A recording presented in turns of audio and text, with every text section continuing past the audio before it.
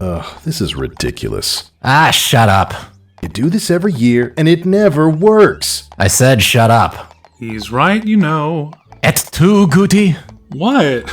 I'm not actually here to help you. I just think it's funny when she kicks your ass. Wuten ground his teeth and kept stolidly putting one hoof in front of the other. Flanking him, Guti and Narrator swapped glances. Seriously, Narrator went on. Dude, this is a bad idea. It has always been a bad idea. It will always be a bad idea. Scribbler will never read Clop for you. Oh, ye of little faith. I brought popcorn! Guti gleefully held up the tub. Narrator, stop trying to talk him out of it. Seeing him fail is a yearly tradition. Except that I'm not going to fail. Wuten arched his neck with pride. Because this year I have a foolproof plan. Narrator shut his eyes and resisted the urge to pinch the spot between them. You always think you have a foolproof plan. I really do this time. Their hooves rattled against a dirt path that led to Scribbler and Reverb's cottage, losing their shared cadence as Wuten cantered ahead and whirled to present a side view of himself. His saddlebag glowed, unzipped, and revealed the book he was carrying. Is that?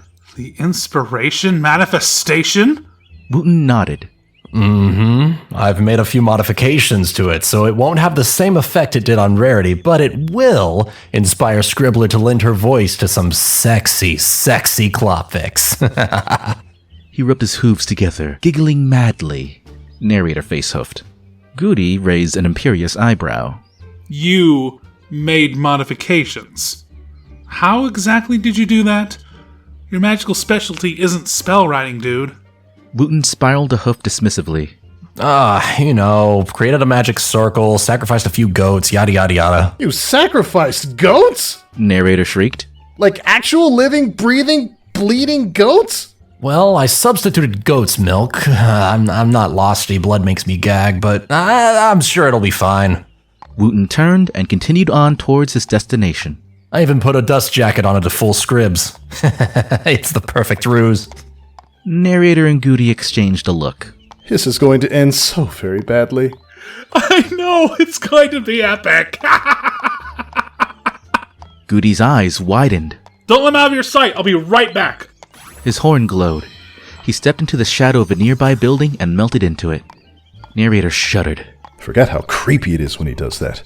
Thoroughly against his better judgment, he cantered to catch up with Wuten. Wuten, buddy! Are you sure there's no way to make you reconsider this plan? For Celestia's sake, you sound like Thorny. Except he had the good sense not to get involved this time. Narrator muttered. It's gonna work fine. You'll thank me when I release a couple of Clopfix with Scribbler in them. I'll be the talk of the town, the creme de la creme, the cock of the walk. I'll be the pony every pony should know, the one who achieved the impossible. The only question left will be whether to start her with voicing Octavia or Twilight. A grin split his face nearly in two. Ooh, how about a Twilight and Octavia threesome with a non? You right, don't you, NP? You could whip up some Twitavia smut for me, couldn't you? Shh! No pony is supposed to know I write. And no, I will not write Clop for you. Mostly because I suspect this is going to go very badly, and if Scribbler finds out I helped you in any way, she'll make good on that threat to cut off all our testicles and string them up as a banner across town hall. You worry too much. It's gonna be fine. Actually, better than fine. Brilliant, spectacular, magnificent, magnifique, tremendously, pontificatingly splendorific, with a cherry on top. Scribbler's Clopfic cherry, which I'm going to pop. Narrator's face could charitably be called repulsed. You are so dead. And we're all gonna watch. A cluster of screams, yelps, and cusses heralded Guti's reappearance from the shadow of a juniper bush. Clutched in his magical field were a number of ponies Narrator recognized. Not one of them looked happy to be there. Or maybe that's because Guti had chosen to carry them with him by their tails while shadow walking. Guti, you motherfucker! Love you too, Losty. I say. Cygnus's hooves galloped uselessly in the air. No! I specifically said to leave me out of this! Why? Thorny wailed, catching sight of Wuten advancing on Scribbler's cottage. Guti, I was in the middle of running a bath! Goombasa struggled to free himself. My house is going to be flooded when I get back. Oh my... Luna Farrow bit her lower lip. When I said I wanted to be included in more group projects, I meant fic readings and Cards Against Humanity, not suicidal pranks. Dude, you're gonna get us killed! In a thoroughly gymnastic twist, Chaotic attempted to chew through his own tail at the dock. PegasusPitch's eyes widened. Wuten's trying to get Scribbler to read Klopp again, isn't he? This is gonna be epic. Well, at least some pony appreciates my efforts. Goody set Pitch down, but continued carrying the rest of their friends as they trotted after the red pony of Rumpy Pumpy. Thorny, stop gouging hoof marks in the houses as we go past. I'm making! Save me! The sound of Wuten's hoof against the cottage front door inspired fresh wailing and much gnashing of teeth from Goody's captives. The door opened. Everyone wilted, though whether from disappointment or relief was unclear. Ah, Celestia, damn it! Pitch folded his forelegs. Well, I'm happy to see you lot too. Reverb deadpanned. It's always such a treat when you all turn up on our doorstep at once, and nothing bad has ever happened when Goody has that look on his face. You know you love it. Goody preened. What do you want, Wuten? I come bearing a peace offering, actually. Reverb raised an eyebrow. A peace offering? You? Yeah, I wanted to apologize to Scribbler for constantly trying to make her read Klopp for me, so I brought her one of her favorite things. He opened his saddlebag. A book. Well, she does love books. Reverb looked uncertain. What would you do if I still said no? Well, probably Goody would add you to his little harem over there. Goody tapped his chin thoughtfully. Reverb! Help! Don't listen to me! Goody's magic swiftly clamped over Thornquill's mouth. Shush, Thorny. You'll wreck everything with that attitude. Reverb sighed. Fine. I know Scribbler can take care of herself, but just in case she kicks your ass again, I'm gonna go fetch Nurse Redheart in advance. He turned and shouted up the staircase behind him.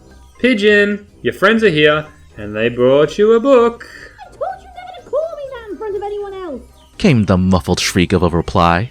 She'll be right down. On your own head be it. Wuten grinned. Well, only if I'm lucky.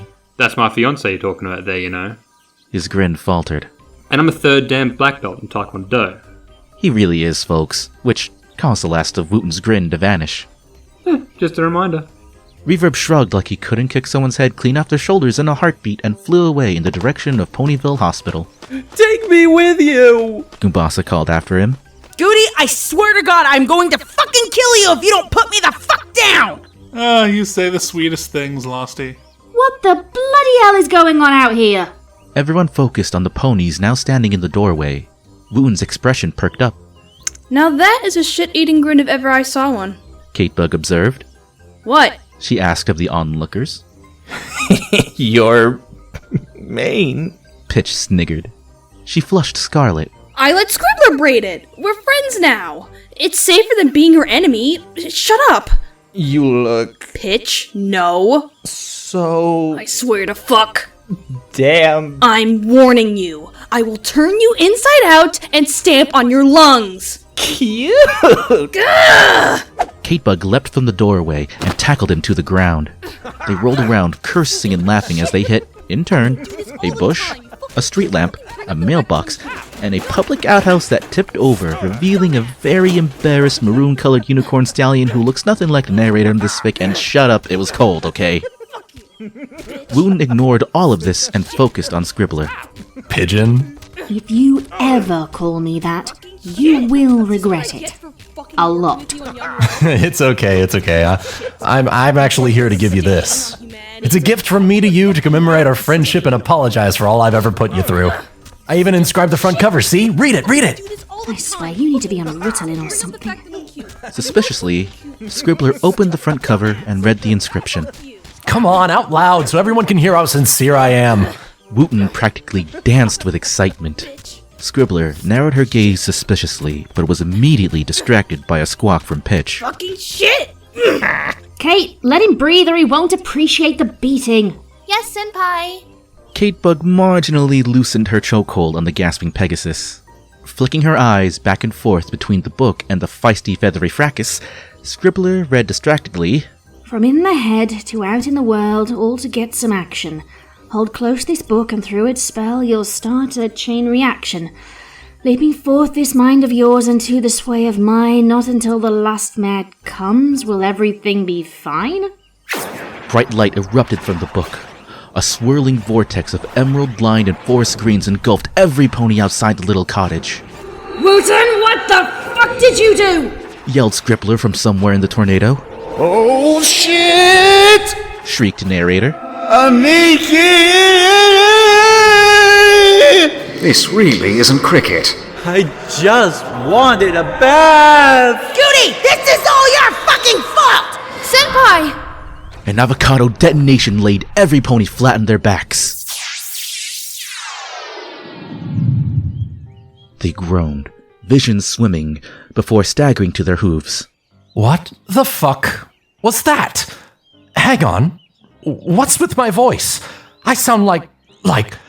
Wuten! What the ever-loving fuck did you do? Staring disbelievingly into his own face, Wuten murmured. Maybe this wasn't as foolproof as I thought. Oh, fuck no! Lost yelled. I'm... a dude now? Caitbug experimentally flapped her new wings. And I can fly? Where's my dick? Pitch screamed. Been a while since I gave enough of a cat to be corporeal. It's weird. Cygnus observed, with the calm of someone who is used to being a living shadow composed of magical antimatter wrapped around a lost soul and could barely be fazed by anything at all. Gosh, Lost. You're practically blind without your glasses. Here you go, Losty. Narrator hoofed over the spectacles that had fallen on the ground. He caught sight of his reflection in the lenses and looked down at his shaggy blue fetlocks. Oh, come on. I was against this from the start. Why am I being punished too? Narrator, you give me back my wings so I can go home to my wife! Thornquill shrieked. I was done with this codswallop last year, and the year before, and I was done with it before Goody kidnapped me this year! Codswallop? Goombasa echoed. Hey, ow. What the... Since when do I have fangs? Luna patted her forehead. I suddenly feel... overly phallic. Well, Goody stared into his own face. I can now say for certain that I am, without doubt, the best looking of all of us. Chaotic squinted. I need to trim my beard. I'm starting to look like a goat. Goat! Narrator yelled. Wuten, the goat's milk. It messed up the spell.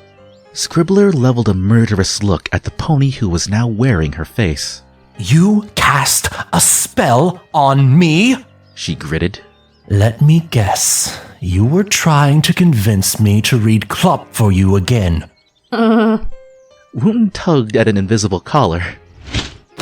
Pitch grabbed her by her chest fluff and pressed their noses together, his glasses askew, the eyes behind them wide and twitchy. Give me back my dick and wings, you fiend! You idiot, I'm Scribbler! This is just Wuten's body!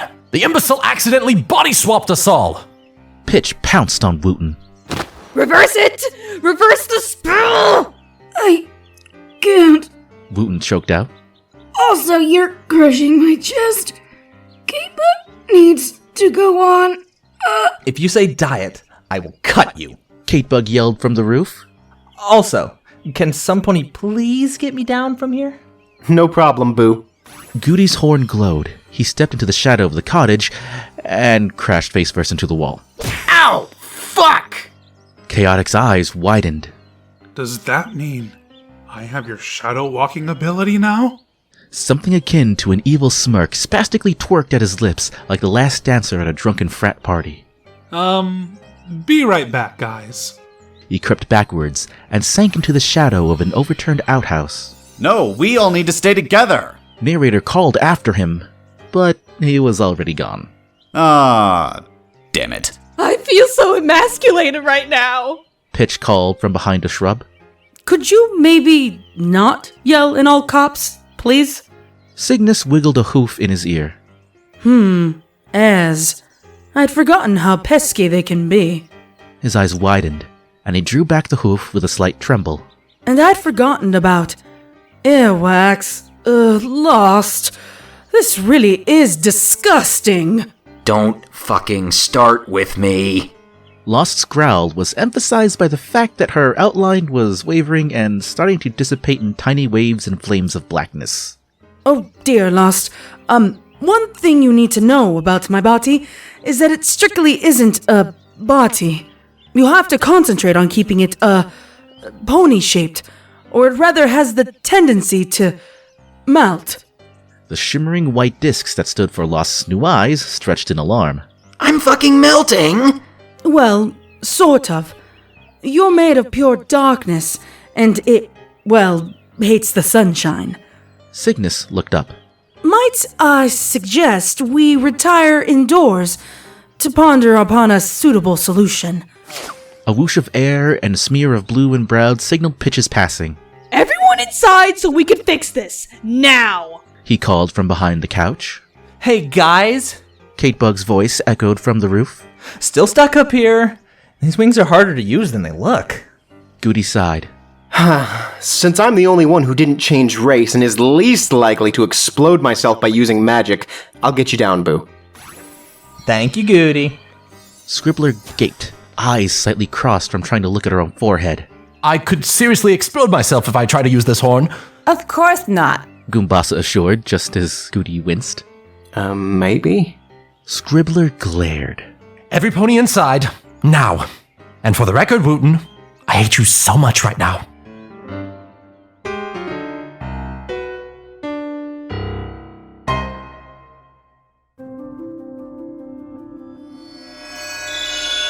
The hole in reality opened and closed in a glistening whirl of sparkles. An orange alicorn stepped through with the grace of an anorexic antelope, and then opened her mouth and yelled like a hippo with a megaphone. Illya, we got a problem! A fold of reality peeled back to reveal an elegant purple alicorn decked in regalia that would have made Austin Powers jealous. Starryflame, there's no need to shout. There's every reason! Wuten did it again! Illya's brief exhalation was any pony else's gusty sigh. What is it this time? He tried to infiltrate Scribbler to read Clubber, but there was a spell and it went terribly wrong, and everybody got caught in the crossfire, and he really wasn't crossfire, but it was only not my kind of spellfire, because that's real magic fire anyway. Ashley removed her hoof from Starry's muzzle. Now, speak slower. Wuten tried to alter the inspiration manifestation spell to use on Scribbler, but it went wrong, and now they swap bodies. Oh, crap. Ashley face hoofed. No need to fret. Illya flared his wings. A simple body swapping should be easy to reverse. It's not so simple. Starry bit her lip. There were like 6 body swappings, at least, and they weren't all ponies. Illya paused. Well, damn. Ashley rolled her eyes. Time for the Alicorn Army to fix this mess. Oh, wait! Starry swung her head from left to right so hard she nearly tied her neck in a knot. Where's Emogak? Playing FNAF. Don't go in there. Ashley winced. It's not safe to bother her when she's gaming. And she's been gaming for, 3 weeks straight? But we need every pony! Starry trotted off with purpose. I'm sure if I just tell her what's happening, she'll agree to stop playing and come with us. Ashley and Illya waited patiently. One open door, a brief exchange, and a small explosion later, Starry crawled back towards them. She coughed up a cloud of sparkly black smoke. She's going to keep gaining for a while longer. Illya picked her up in his telekinesis. Well then, ladies, let's get going.